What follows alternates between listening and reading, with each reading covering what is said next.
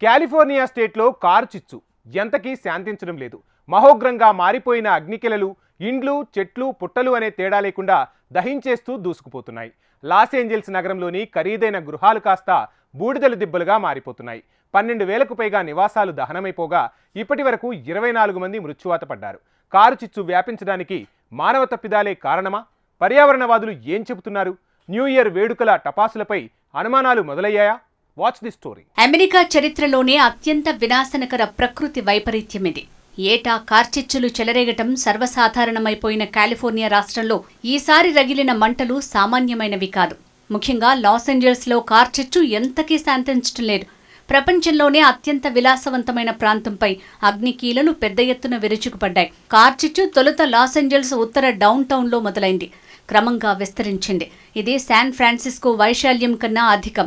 జేపాల్ గెట్టి museum, university of California వరకు మంటలు చొచ్చుకొస్తున్నాయి. Hollywood ప్రముఖులు నివసించే ప్రాంతాల్లోని విలాసవంతమైన గృహాలు, అపార్ట్మెంట్ భవనాలు, వ్యాపార కేంద్రాలు నామరూపాలు లేకుండా పోయాయి. లాస్ ఏంజల్స్ ప్రాంతంలో చెలరేగిన మంటలు ఇప్పటివరకు 24 మందిని బలికొన్నాయి.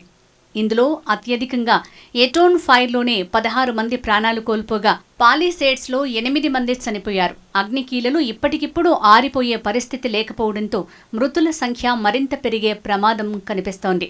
కార్చిచ్చు మొదలైన తర్వాత కొందరు కనిపించకుండా పోయారు. వారి ఆచూకీ కోసం అధికారులు గాలింపు చర్యలు ప్రారంభించారు. బూడిద కుప్పల్లో అన్వేషిస్తున్నారు. ఇందుకోసం జాగిలాల సాయం తీసుకుంటున్నారు. మరోవైపు అదృశ్యమైన తమ వారి కోసం బాధితులు అధికారులను సంప్రదిస్తున్నారు. కార్చిచ్చుల్లో నష్టపోయిన వారిని ఆదుకోవటానికి మానవతావాదులు ముందుకొస్తున్నారు. నగదు, దుస్తులు, వస్తువులు, ఆహారం రూపంలో విరాళాలు అందజేస్తున్నారు. దాదాపు 160 చదరపు కిలోమీటర్ల పరిధిలోని అడవి కాలి బూడిదైంది. మంటలు పాలిసేడ్స్లోని 23,707 ఎకరాలను, ఎటోన్లోని 14,117 ఎకరాలను, కన్నెత్లోని 1,052 ఎకరాలు, హుర్సిట్లోని 779 ఎకరాలను దగ్ధం చేశాయి. ఇప్పటివరకు 12,92,000 కోట్ల రూపాయల మేర ఆస్తులకు నష్టం వాటిల్లిందని అంచనా వేస్తున్నారు. విలువైన వస్తువులు, గృహోపకరణాలు అగ్నికీలల్లో మాడిపోయాయి. సురక్షిత ప్రాంతాలకు వెళ్లిపోవాలంటూ 150,000 మందికి ఆదేశాలు జారీ చేశారు. నిరాశ్రయుల కోసం 9 షెల్టర్లు ఏర్పాటు చేశారు. మంటలు ఆరిపోయిన తర్వాత తిరిగి వచ్చిన బాధితులు బూడిదగా మారిన ఇళ్లను చూసుకుని బోరున విలపిస్తున్నారు. అయితే కాలిపోయిన ఇళ్ల వద్దకు రావద్దని అధికారులు హెచ్చరిస్తున్నారు. శిథిలాల నుంచి ప్రమాదకరమైన వాయువులు వెలువడుతున్నాయని, అవి పేల్చటం ప్రాణాంతకరమని చెప్తున్నారు. కార్చిచ్చును అదుపు చేయటానికి అగ్నిమాపక సిబ్బంది అహోరాత్రులు ప్రయత్నిస్తున్నా ఫలితం కనిపించటం లేదు. మంటలను ఆర్పేందుకు 1,354 ఫైర్ ఇంజిన్లు, 84 హెలికాప్టర్లు నిర్విరామంగా పనిచేస్తున్నాయి. 14,000 మంది అగ్నిమాపక సిబ్బంది విధి నిర్వహణలో నిమగ్నమయ్యారు. మంటల్ని ఆర్పివేయటానికి స్థానిక అగ్నిమాపక దళంతో పాటు కెనడా, మెక్సికో నుంచి వచ్చిన అదనపు సిబ్బంది తీవ్రంగా శ్రమిస్తున్నారు. మంటలకు బలమైన ఈదురుగాలులు తోడవుతుండటంతో పరిస్థితి నియంత్రణలోకి రావటం లేదని అధికారులు చెప్పారు. మంటలు ఒకచోటు నుంచి మరో చోటికి వేగంగా వ్యాపిస్తున్నాయి. దట్టమైన పొగ అలుముకోవటం సహాయక చర్యలకు ఆటంకంగా మారుతోంది. మరోవైపు మంటలు ఆర్పటానికి చాలినంత నీరు లేకపోవటం ఇబ్బందికరంగా మారింది. 440 మిలియన్ లీటర్ల సామర్థ్యం ఉన్న రిజర్వాయర్ ఖాళీ అయింది. కొందరు సంపన్నులు విచ్చలవిడిగా నీరు వాడేశారని, అందుకే ఈ దుస్థితి ఏర్పడిందన్న విమర్శలు వినిపిస్తున్నాయి. సంపన్న ప్రాంతమైన పాలిసేడ్స్ ప్రాంతంలో ఓవైపు అడవి మంటలు కొనసాగుతుంటే మరోవైపు దొంగలు చెలరేగిపోతున్నారు. కార్చిచ్చు బారి నుంచి తమను తాము కాపాడుకునేందుకు స్థానికులు ఇళ్లను వదిలి సురక్షిత ప్రాంతాలకు తరలి వెళ్లారు.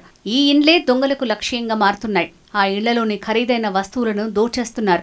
లాస్ ఏంజల్స్ పోలీసులు ఇప్పటివరకు 29 మంది దొంగలను పట్టేసుకున్నారు. వీరిలో కొందరు ఫైర్ సిబ్బంది దుస్తులు ధరించి వచ్చినట్లు గుర్తించారు. ముఖ్యంగా అక్రమ వలసదారులు ఈ తరహా దొంగతనాల్లో పాల్గొంటున్నారని లాస్ ఏంజల్స్ పోలీసులు తెలిపారు. ఖాళీ చేసిన ఇళ్లలో దొంగతనాలను నిర్వహించేందుకు 400 మంది నేషనల్ గార్డ్స్ ని మోహరించారు. మరోవైపు కాలిఫోర్నియా కార్చిచ్చు ఇప్పటికీ రాజకీయ రంగు పులుముకుంది. అధికారుల చేతగానితనమేనని కాబోయే అధ్యక్షుడు డొనాల్డ్ ట్రంప్ విమర్శించగా, Democratic senate California governor Gavin Newsom ఆ విమర్శల్ని తిప్పికొట్టారు. అంతేకాదు లాస్ ఏంజల్స్ పూర్తిగా నాశనం కావడంతో లాస్ ఏంజల్స్ 2.0 పేరిట పునర్నిర్మాణ ప్రాజెక్టు చేపట్టినట్లు తెలిపారాయన. ఫెడరల్తో పాటు స్థానిక దర్యాప్తు సంస్థలు కార్చిచ్చు రాజుకోవడానికి గల కారణాలను పసిగట్టే పనిలో ఉన్నారు. అమెరికా చరిత్రలోనే ఇది అత్యంత వినాశకరమైన ప్రకృతి వైపరీత్యమని కాలిఫోర్నియా గవర్నర్ గావిన్ న్యూసోమ్ అభివర్ణించారు. లాస్ ఏంజల్స్ ప్రాంతంలో ఎందుకు ఈ కార్చిచ్చు మొదలైంది అనే చర్చ మొదలైంది. మరోవైపు అతి పెద్దదైన పాలిసేడ్స్ ఫైర్ కి న్యూ ఇయర్ వేడుకలే కారణమని భావిస్తున్నారు.